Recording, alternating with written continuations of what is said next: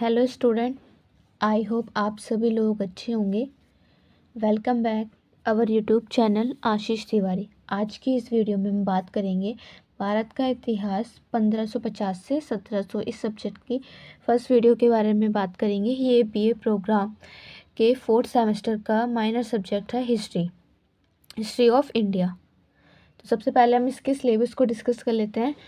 और जो भी इस चैनल पे फर्स्ट टाइम विज़िट कर रहे हैं, इस चैनल को सब्सक्राइब कर लीजिए, जिससे आने वाली वीडियोस की जो अपकमिंग वीडियोस की जो अपडेट्स हैं वो आपको टाइम टू टाइम मिल सके। तो चलिए इसका सिलेबस देख लेते हैं। पहले हमारी जो यूनिट फर्स्ट है, इसमें 3 चैप्टर्स आएंगे। फर्स्ट चैप्टर है मुगल साम्राज्य का सुदृढ़ीकरण एवं विस्तार, अकबर एवं जहांगीर। हमारा सेकंड चैप्टर है मुगल साम्राज्य का सुदृढ़ीकरण एवं विस्तार, शाहजहां और औरंगजेब। चैप्टर थर्ड है मुगल कालीन प्रशासनिक व्यवस्था। यूनिट फर्स्ट में हमारे 3 चैप्टर्स आएंगे। हमारी जो यूनिट 2 है, इसमें एक चैप्टर्स आएगा।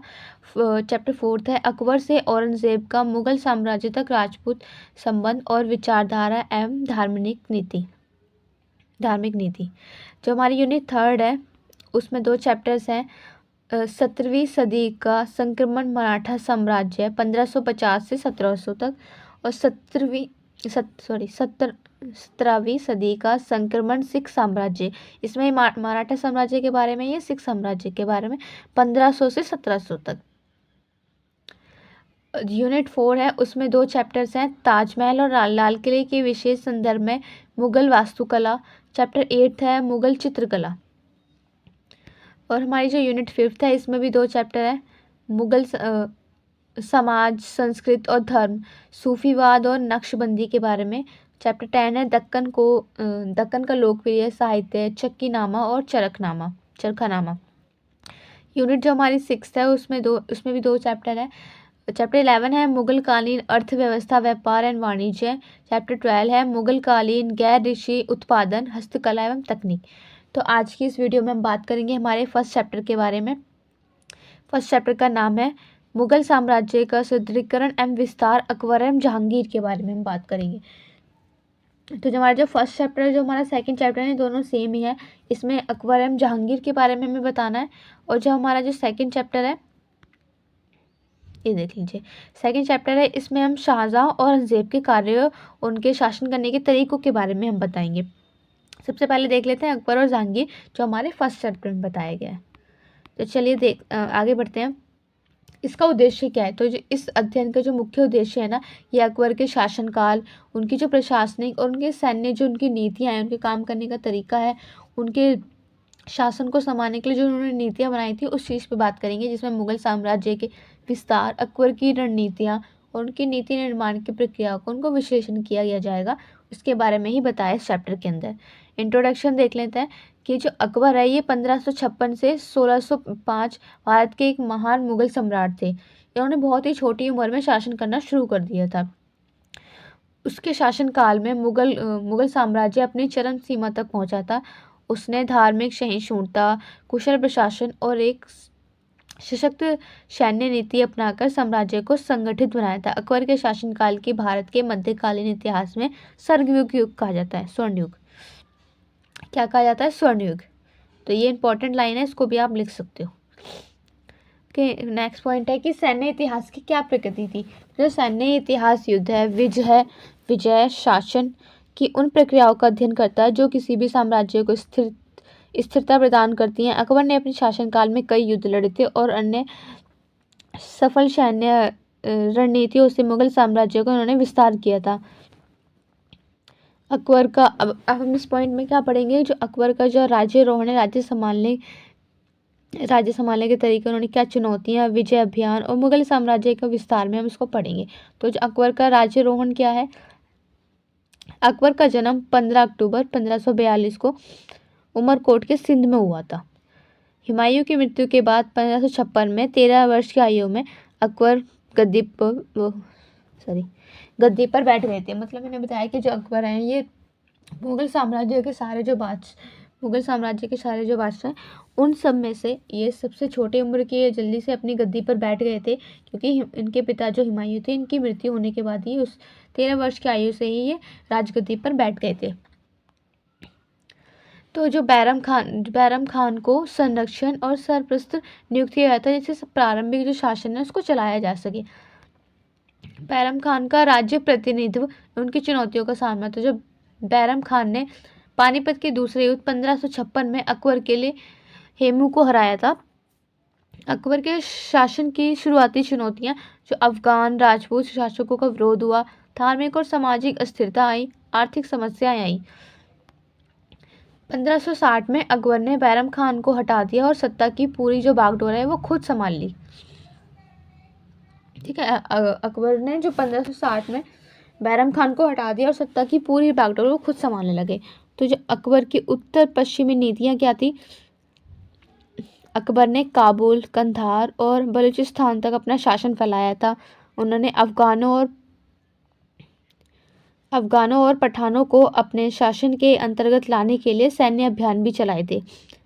राजपूतों को साथ लाने के लिए वैवाहिक संबंधों को अपनाया था, जैसे आमेर के राजा भीरमल की बेटी जोधाबाई से उन्होंने विवाह किया था। आपने टीवी सीरियल्स में देखा होगा कि जो अकबर है, उन्होंने आमेर के राजा भीरमल की जो बेटी है जोधाबाई, उनसे इन्होंने जबरदस्ती विवाह कर लिया था। तो उन्होंने राजपूत को साथ लाने के लिए ये विवाह को अपनाया था कि जो राजपूत हैं वो इनके साथ ही कार्य करें। अकबर की दक्कन विजय। तो अकबर ने दक्षिण भारत और दक्कन में विस्तार की नीति अपनाई थी।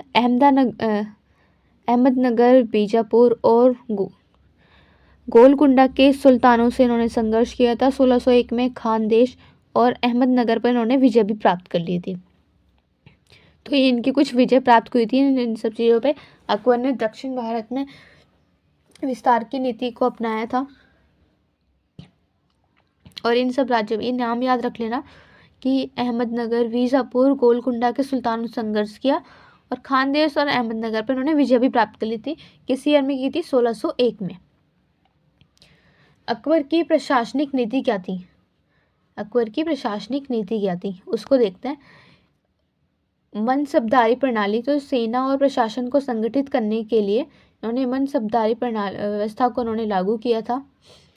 राजस्व प्रणाली में ट्रॉडमेल द्वारा विकसित जब्ती प्रणाली को भी इन्होंने लागू किया था। धार्मिक नीति में सुलह कुल की नीति को इन्होंने अपनाया था, जिससे सभी धर्मों को समान अधिकार मिल सके।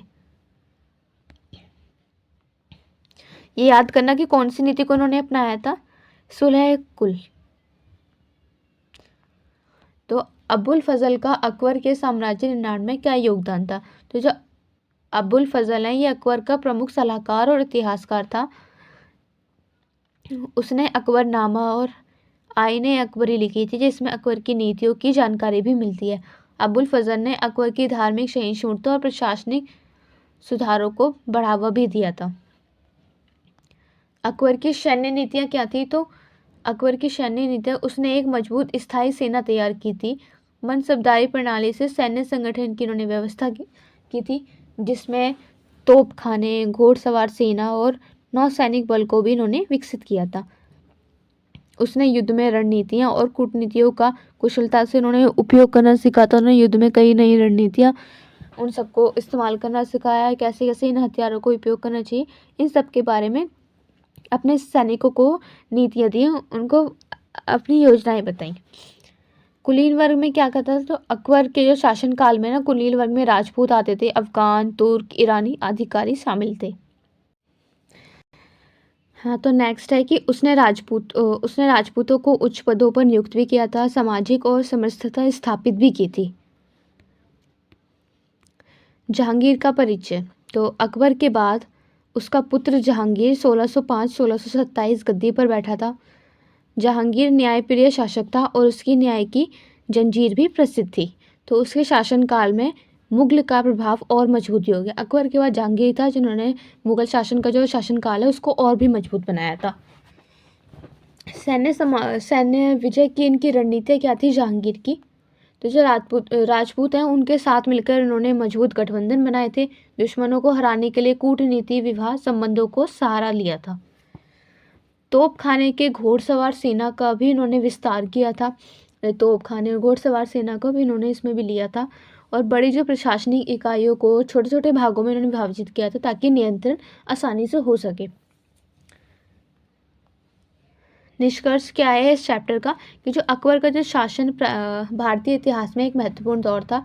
उसने कुशल प्रशासन और धार्मिक सहिष्णुता और सैन्य शक्ति के बल पर मुगल साम्राज्य को उन्होंने मजबूत किया था। और उसकी नीतियाँ जाने वाले मुगल शासकों को लेके एक मार्गदर्शक बनी थी कि उन्होंने किस प्रकार अपने एक शासन को आगे तक पहुंचाया था। और जैसे जहांगीर ने भी उन्हीं की तरह एक मजबूत शासन कायम किया था, जिससे जो मुगल साम्राज्य का जो शासनकाल है वो मजबूत बना रहे।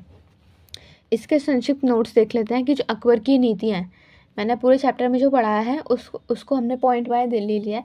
जो अकबर की जो नीतियाँ हैं, सुराहे कुल, मनसबदारी और धार्मिक सहिष्णुता, जो प्रमुख उनके युद्ध हैं, पानीपत का 1556 का युद्ध है, और खानदेश विजय जो 1601 में मैंने भी बताई थी कि उन्होंने विजय प्राप्त की थी खानदेश पे और अहमदनगर पर, वो भी कब की थी 1601 में। और महत्वपूर्ण व्यक्तित्व में थे इसमें बैरम खान था, टोडरमल थे, अबुल फजल था। अबुल फजल इनके साहित्यकार सलाहकार थे और प्रशासनिक सुधारक थे। वो जब्ती प्रणाली थी, सूबेदारी प्रणाली थी। और उत्तराधिकारी अधिकारी कौन थे कि अकबर के बाद जहांगीर गद्दी पर बैठा था। अकबर के बाद उनका बेटा जहांगीर गद्दी पर बैठा था और उन्होंने भी अकबर की तरह ही शासन किया था और अकबर से न्याय का शासन करते थे। और उन्होंने भी जो उस साम्राज्य को मजबूत बनाने के लिए ही विवाह का सहारा लिया था। ठीक है, तो इस चैप्टर में बस यही चीज़ बताई गई है कि अकबर और जहांगीर की जो शिक्षा नीतियाँ थी, उनके शासनकाल करने का जो तरीका था वो कैसा था, उन्होंने क्या क्या युद्ध किए, कैसी रणनीतियाँ बनाते थे, कैसे वो अपने शासनकाल को संभालते थे। इससे रिलेटेड आपकी कोई क्वेरीज हैं तो आप मुझे वो कमेंट बॉक्स में पूछ सकते हैं। इस पीडीएफ की जो इस चैप्टर की जो पीडीएफ है वो आपको हमारे टेलीग्राम चैनल पे मिल जाएगी। टेलीग्राम चैनल की लिंक मैं डिस्क्रिप्शन बॉक्स में दे दूँगी। और कोई भी क्वेरीज है तो आप इंस्टाग्राम चैनल पे आप फॉलो करके हमसे पूछ सकते हैं, आपकी प्रॉब्लम को ज़रूर सॉल्व किया जाएगा। ठीक है, आगे मिलते हैं वो हमारी आने वाली नेक्स्ट वीडियो में। कोई क्वेरीज हो तो वो आप पूछ सकते हैं, मैसेज करके कमेंट बॉक्स में भी पूछ सकते हैं। तो चलिए मिलते हैं आगे हमारी नेक्स्ट वीडियो में। Thank you for watching.